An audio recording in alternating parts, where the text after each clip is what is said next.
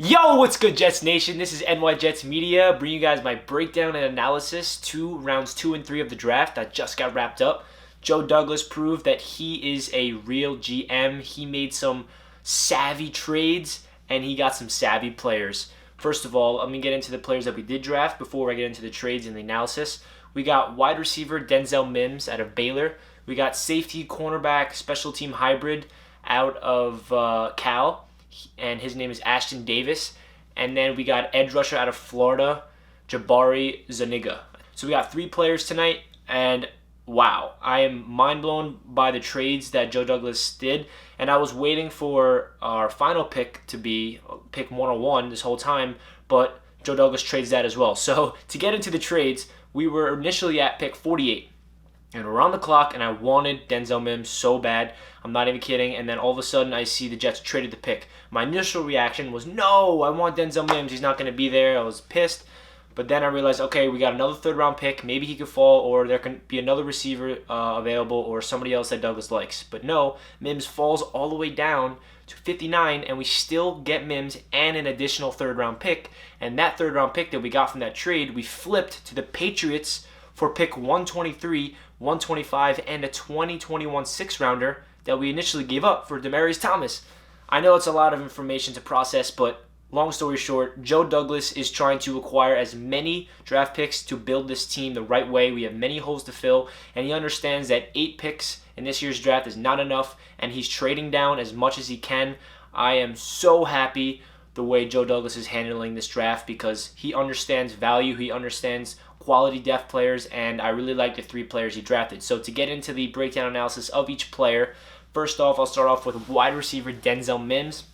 This man is an absolute monster at Baylor. He is 6'3", and he has blazing speed. I'm pretty sure he ran like a 4.3 at the combine. He's super athletic, makes insane acrobatic catches, contested catches. He's a great route runner, and he is going to be an instant upgrade at the wide receiver position. I mean, he's going to be Robbie Anderson's replacement, and also he was coached by Matt Rule in college, just like Robbie Anderson. So our wide receiving core is looking like Denzel Mims, Brashad Perriman, Jameson Crowder, Josh Doxson, Braxton Berrios, Vincent Smith, and that's really it. So I'm thinking the Jets are going to draft a wide receiver again later on in the draft to add to this group.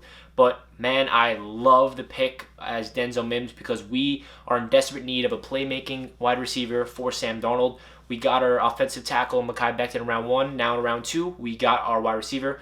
And if you guys watch my mock draft, I didn't get the players right, but those are the positions I wanted to draft in the first and second round. Tackle in the first, wide receiver in the second. So I'm so ecstatic that Denzel Mims is a New York Jet. His film is just insane, and every time I watch it, I'm wondering how did he fall to us?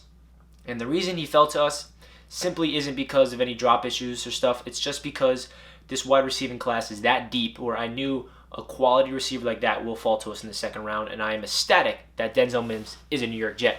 Moving on to the next pick, Ashtyn Davis out of Cal.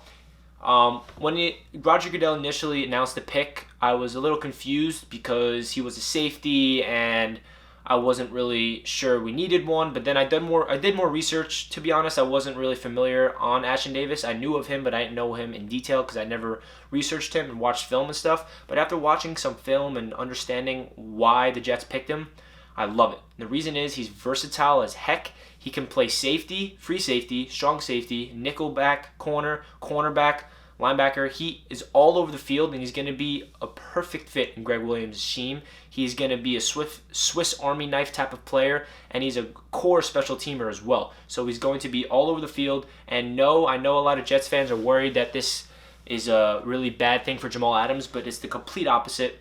We needed to draft somebody to learn behind Marcus May, and Marcus May is also entering his last contract as a Jet, and he's aging. So if we're going to sign Jamal Adams to an extension, we cannot sign Marcus May to an extension. It's either or.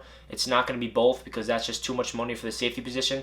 And it hurts my heart too. I love Marcus May, and I think he's a great safety, but this is probably going to be his replacement in the future. It's going to be Ashtyn and Jamal in the backfield. So I'm really loving that pick as well. It was a shock to me, but I'm understanding why Joe Douglas got him. He's extremely versatile and a core special teamer, and that's the type of player that Joe Douglas wants to bring to the Jets, is versatility and guys that love to win and has a dog mentality. And looking at his highlights, he can hit, he's a ball hawk, and he's all over the field. So I love that pick for the Jets.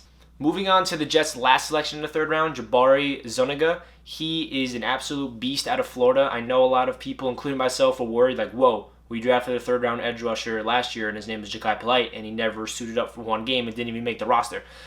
But this guy is not Ja'Kai Polite. He has a high motor, he's not lazy, and he's a hard worker. And he missed half of 2019 with a high ankle sprain, but when he was on the field, he was dominant and he gets to the quarterback with ease. And we desperately needed an edge rusher opposite side of Jordan Jenkins. So putting Jordan Jenkins and him on each edge with our depth at interior defensive line, I really like our trenches on the defensive line. And Greg Williams is going to love to use him in this defensive scheme. So overall, I'm giving tonight's draft a grade of, I would say, B+, borderline A-, because the trades... Actually, just because of the trades, I'm giving this draft an A-, because we acquired 3 extra picks tonight from trading back, and we still got quality players. That is a real GM. That is not something I'm used to with the New York Jets, and I'm loving it. So leave a comment down below what you guys thought of these picks, which one was your favorite, and stay tuned on this channel for tomorrow. I'll be breaking down all the draft picks tomorrow, and then I'll be bringing you guys my breakdown to the whole draft from rounds 1 to 7. I'm so excited to see Joe Douglas finally draft this team and put his fingers onto this team, because it's been a while. We've all been waiting for this draft, and Joe Douglas is finally drafting his own players for this team, and I'm loving it. Like I said before, leave a comment down below what you guys thought of these players, and make sure you hit that subscribe button if you're new to the channel. Let's go Jets! I'll catch you guys in my next video. Peace.